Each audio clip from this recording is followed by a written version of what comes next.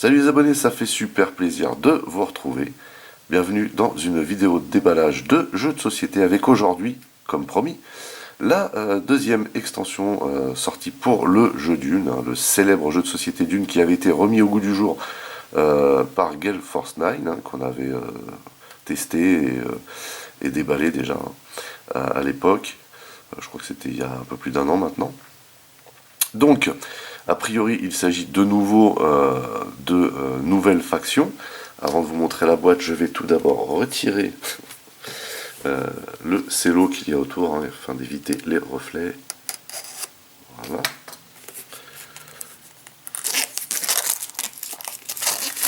Hop. Alors, une nouvelle fois, c'est une boîte dure. Une boîte plate, tout en hauteur.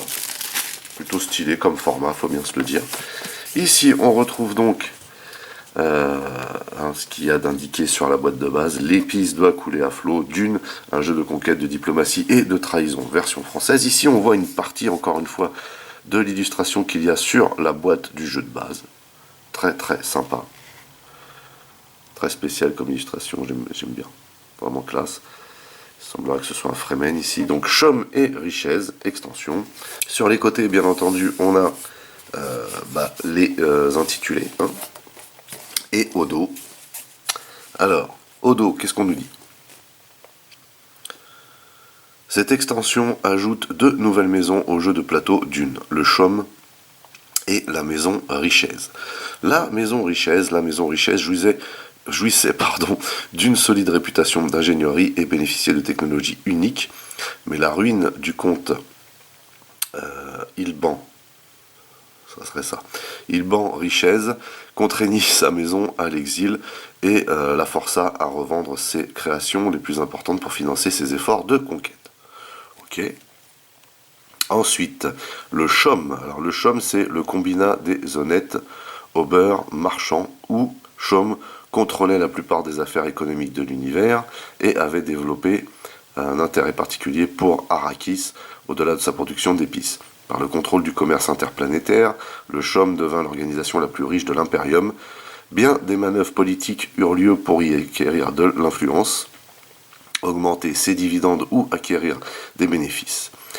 Les chefs et bureaucrates du Chaume n'eurent de cesse de chercher à contrôler les produits vitaux qui faisaient la richesse des grandes maisons et du Chaume lui-même. Cette extension propose aussi 2 variantes. Les talents de chef et les citadelles avancées. Ok. Peut-être de nouvelles variantes de jeu. Donc ici, on nous parle du contenu, à savoir un livret de règles, 2 écrans de joueurs, 2 fiches d'aide, 49 cartes et 59 jetons. On voit ici les logos, dont celui de Legendary Pictures, qui a bien entendu produit le dernier Dune en date. Et on nous précise encore une fois que ce produit est une extension et qui nécessite le jeu de base Dune. Hop. Alors les boîtes plates. Voilà.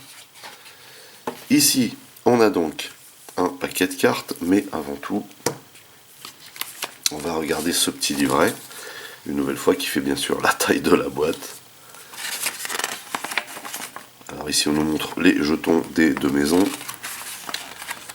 Matériel et mise en place, nouvelles règles avancées, précision, règles de faction, donc la faction Richesse ici, et ses atouts bien sûr, parce que je rappelle que c'est un jeu asymétrique et donc que chaque faction a ses caractéristiques propres et doit se battre avec celle-ci, les alliances, les atouts du jeu avancé, ensuite la Chaume, ou le Chaume, pardon, c'est comme ça on dit plutôt, règles de faction, atouts, les alliances, les atouts de jeu avancé, donc exactement comme pour l'autre faction, les variantes, carte talent de chef et carte citadelle avancée.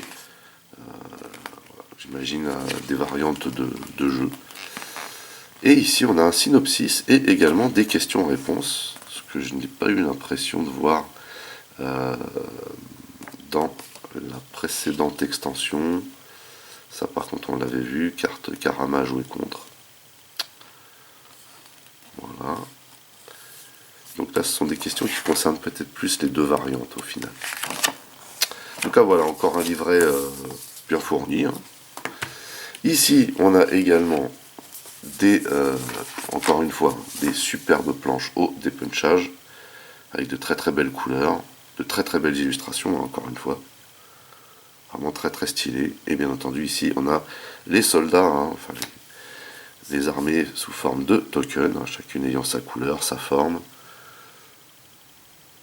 Si vous voyez, c'est intéressant, hein, cette asymétrie, puisque ici on a un jeton de moins, donc pour les combats. Donc peut-être que la force de cette maison réside autrement que dans le combat. En tout cas, celle-ci a l'air un peu mieux fournie. On a bien entendu les cartes des factions, avec les atouts, les avantages. Vous voyez. Alors voilà, on a les avantages ici. Hein. Les alliances.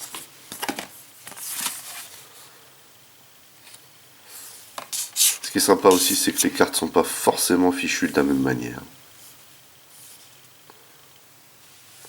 Donc là, voilà, ici on a vraiment... Ah, si, voilà, pardon. Donc ici on a vraiment hein, la caractéristique propre. On montre hein, les jetons inflation. Ici une autre caractéristique propre à cette maison. Les atouts de jeu avancés. Et de l'autre côté, à chaque fois, les alliances et les atouts. Autant pour moi. Et ici, bien sûr, on a les très jolis paravents. Parce qu'ici, il faut cacher quand même certaines choses hein, dans ce jeu. Très sympa également. Toujours un design qui ne ressemble à rien d'autre qu'à ce jeu, finalement. Et donc ici, richesse, stratégie. Ici, on vous explique hein, la stratégie. Ne faites pas comme moi quand vous y jouez. Lisez bien. Parce qu'effectivement, ça vous indique comment jouer la faction. Donc voilà, et pour finir, on a les cartes.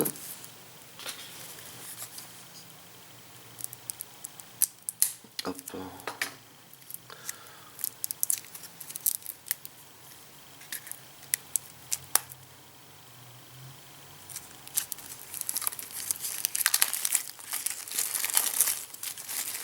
Alors voilà cette fameuse carte talent de chef dont on nous parle. Hein.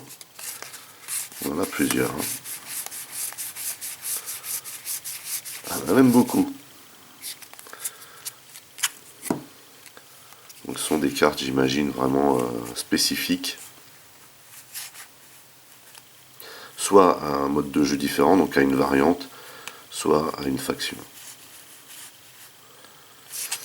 Donc voilà, on retrouve vraiment des choses inhérentes à cet univers, hein, comme à chaque fois.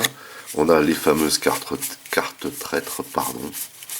Donc là pareil, hein, c'est au petit bonheur la chance.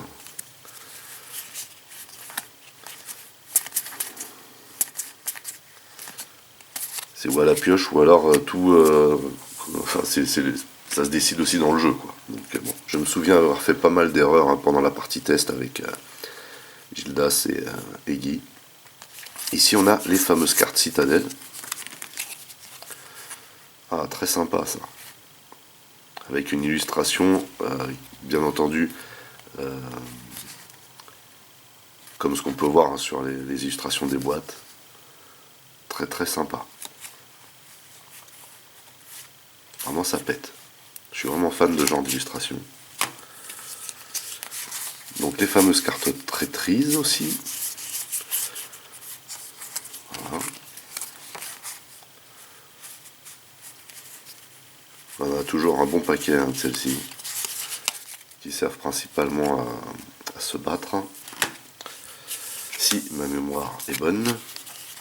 Ici on a deux cartes prédiction, donc voilà, hein, pour dire Chaume gagne ou Richesse gagne. Et ici on a deux cartes d'alliance. Richesse, Chaume, normal. Donc voilà, encore du super beau matos, franchement. Vraiment kiffant.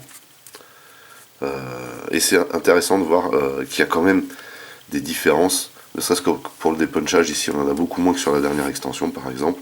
Ça prouve vraiment qu'on a des factions avec des atouts vraiment différents hein, les unes par rapport aux autres.